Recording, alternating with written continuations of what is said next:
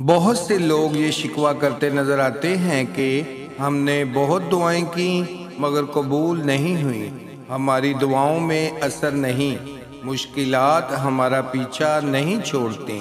پیارے دوستو، اللہ رب العزت اپنے بندے پر اتنا ہی بوجھ ڈالتا ہے جتنا کہ وہ اٹھا سکے۔ کسی جان پر اس کی طاقت سے زیادہ بوجھ نہیں ڈالا جاتا۔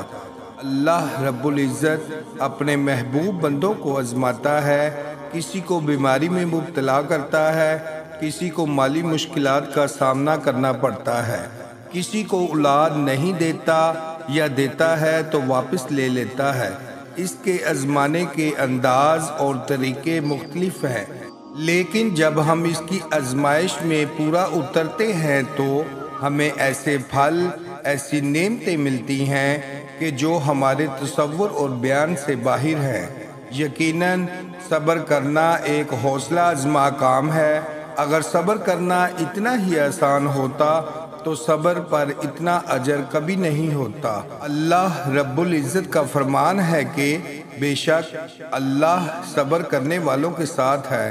صبر کرنے والوں کے لیے اللہ تعالیٰ کے ساتھ سے بڑھ کر بھی کوئی انعام ہو سکتا ہے کیا؟ اس کی شان ہے کہ وہ تو انبیاء کو بھی آزماتا ہے۔ حضرت ایوب علیہ السلام کی اولاد چھین لی، ان کی دولت ان سے لے لی گئی، انہیں ایسی بیماریوں نے گھیرا تھا کہ ان کے جسم کے گوشت کو کیڑے غذا کے طور پر استعمال کرتے تھے، لیکن حضرت ایوب علیہ السلام نے صبر کا دامن ہاتھ سے نہیں چھوڑا، اور پھر انہیں ان کی صحت واپس ملی، انہیں ان کی دولت واپس ملی، انہیں ان کی اولاد بھی واپس ملی۔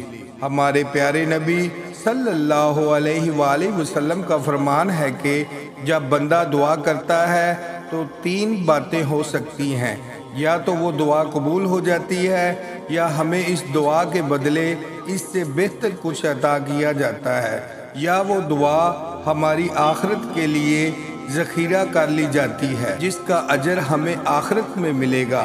اس لیے اپنے ذہن میں یہ منفی سوچ نہ لے کر آئیں کہ آپ کی دعائیں رد ہو رہی ہیں یا آپ کی دعائیں سنی نہیں جا رہی۔